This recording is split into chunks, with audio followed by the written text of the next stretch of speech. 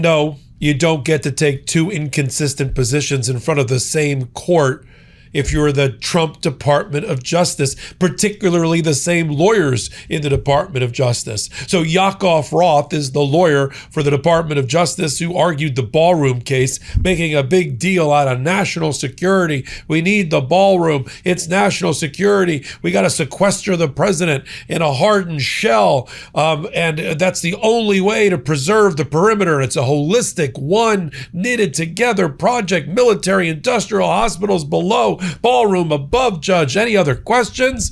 Yeah. Why then did the same lawyers in the UFC case, in which a group of plaintiffs is trying to stop the UFC fight in a 90-foot claw on the White House South Lawn, why in the 41 pages filed by the same Yakov Roth is there not even a footnote acknowledging the security risks at the White House presented by 5,000 people in a mass horde descending onto the lawn as Donald Trump pimps out the White House for a UFC fight? No, I mean, you could barely get away with that inconsistent position if you were a different set of lawyers, but I looked hard. And we're posting it on Legal AF Substack. It's the same lawyers who argued, literally Yakov Roth just argued at the appellate court for the federal system in the District of Columbia.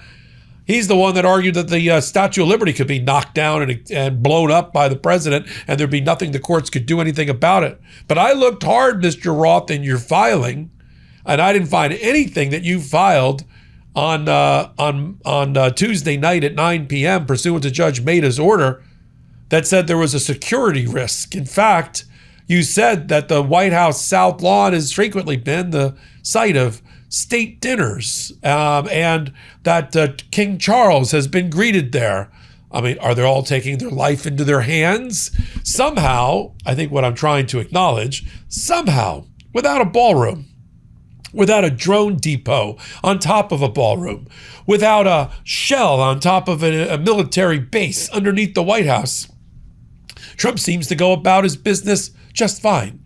Seems to be no interruption in the executive branch, not in their daily life and their family life. To the extent any family still visits the White House. I haven't seen Melania Trump in a long, long time. We need to put her on the back of a milk carton soon. But when I read to you from the critical pages of their filing, you'll see why I think this backfires for them in the ballroom case, as the three-judge panel of Millett, Garcia, and Rayo are just got the case, or just considering it off of oral argument, and I expect a ruling from them, on July 4th. They're human beings. They understand what's been filed, even if it's not technically part of the record.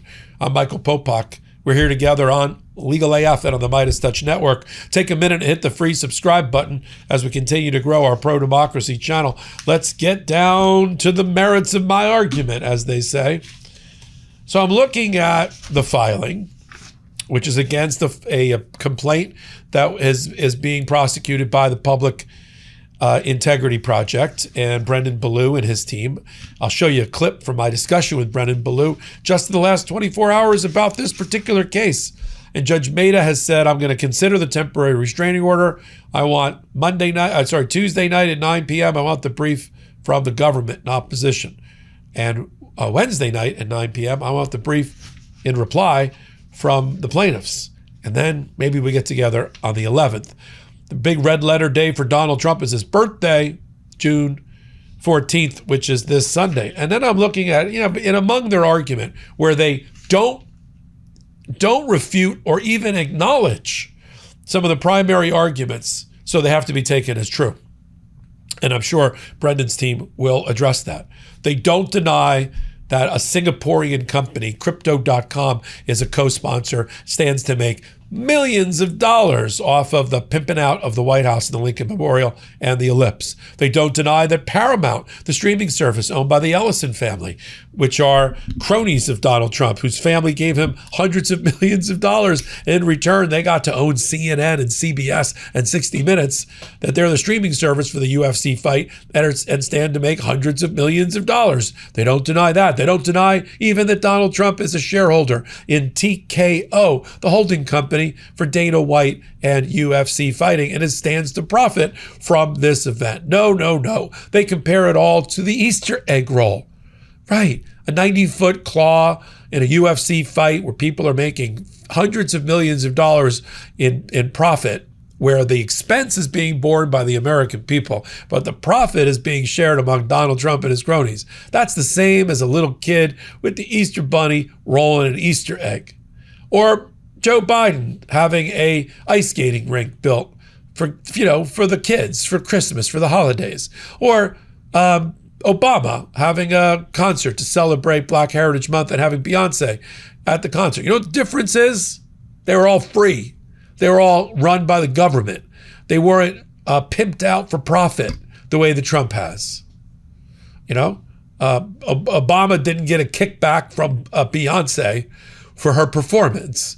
Joe Biden wasn't selling pretzels and hot cocoa in a little hut next to the skating rink. See the difference? They don't in their filing. I never thought a pillowcase could make much of a difference until I tried Blissy. Blissy pillowcases, they're made from 22 Momi 6A grade 100% pure mulberry silk. And I noticed the difference right away. The silk feels naturally cooling, breathable, and gentler on my skin and hair than satin. I've had less frizz and smoother hair when I wake up and fewer sleep creases. I also love that Blissy is dermatologist tested and recommended. Fully machine washable and comes in over 100 colors and designs, including Wicked and Harry Potter collections. Plus, there's a reason Blissy has sold over 3 million pillowcases and has been featured in Vogue, Oprah Daily, and Good Morning America. Personally, it's become one of those simple upgrades I didn't expect to love as much as I do. Sleep more comfortably, wake up with better looking hair, and it feels like a small luxury that's actually practical. Because you're a listener, Blissy is offering 60 nights risk-free plus an additional 30% off when you shop at blissy.com/legalaf. That's BLISSY.com/legalaf and use code legalaf to get an additional 30% off. Your skin and hair will thank you. And they're listening. But let me go to page 4 where my eyes popped out. There's references to the $60 million that you and I, taxpayer dollars, have already spent. We're at the front of the line on the expense and the back of the line on any profit, that's for sure. But then it says the White House South Lawn, page 4, has a long history of hosting public events. Public events. Stop right there. Is a for-profit where tickets are going for being raffled off for $1 million for 2, is that a public event? So I think they end it right there. Perhaps the most famous is the Easter egg roll. Is the Easter bunny shaking down the kids and their parents for cash the way Trump is? But here's the security issue. State dinners that exceed the East Room seating capacity are held on a large tent on the South Lawn. Okay. The annual congressional picnic is there. King Charles III had a reception there, swearing in ceremonies of Supreme Court justices. And you can do all that without a ballroom? You can do all that without having the president sequestered? First of all, he doesn't want to be sequestered in a ballroom. I had this exact line of questioning for Brendan Ballou, the lawyer for Public Integrity Project, who's fighting this UFC fight, who's going to have to respond to this ridiculousness and silliness later tonight or later today. And here's a clip of my interview, I think you'll find fascinating, by Brendan Ballou. We'll put the clip of the entire interview in the notes below. Side note, he's also the lawyer that represents Katie Fang against Todd Blanche for the Epstein files, and he's representing his company, his entity, 2 Jan 6th officers in their attempt to shut down the Donald Trump slush fund. Fascinating interview. And it's in the link below. But here's a clip of my discussion about how this undermines the ballroom argument raised by the same lawyers. Play the clip. Because I just come out of the oral argument about the ballroom that we streamed live on Legal AF. And you hear the lawyers, some of them in the same office working for Brett Shoemate, making the argument like Yakov Roth that this is I could do anything I want and I can get away with it and nobody can stop me. But all this national security, the White House is insecure from kamikaze drones. And I mean, it sounds like if you're an idiot, if you ever attended another event at the White House. And yet Donald Trump is bringing the hordes and masses of people, and they're not going to be in a ballroom. They're going to be outside at a claw. It has that kind of inconsistent position taking by the government. I know it wasn't in your briefing, but isn't that part of this too? Well, it's a great point. I mean, and I think our case can probably be helpful to the ballroom case for exactly that reason. It undermines any claim that Donald Trump needs to be cloistered indoors at a secure, compartmentalized facility in the White House at all times. He clearly doesn't. He clearly doesn't want to be. Right. I thought it was all about the ballroom. The ballroom is a shed that covers a complex. It's knitted together holistically. That can't be separated. It's a security apparatus for the president to make him and his guests secure, from kamikaze drone strikes and missiles. I don't see any part of that listed on page 40. They don't even have the excuse of saying, but different lawyers, different kind of case. No, same lawyers, same case, same Yakov Roth that argued about the ballroom just a few days ago.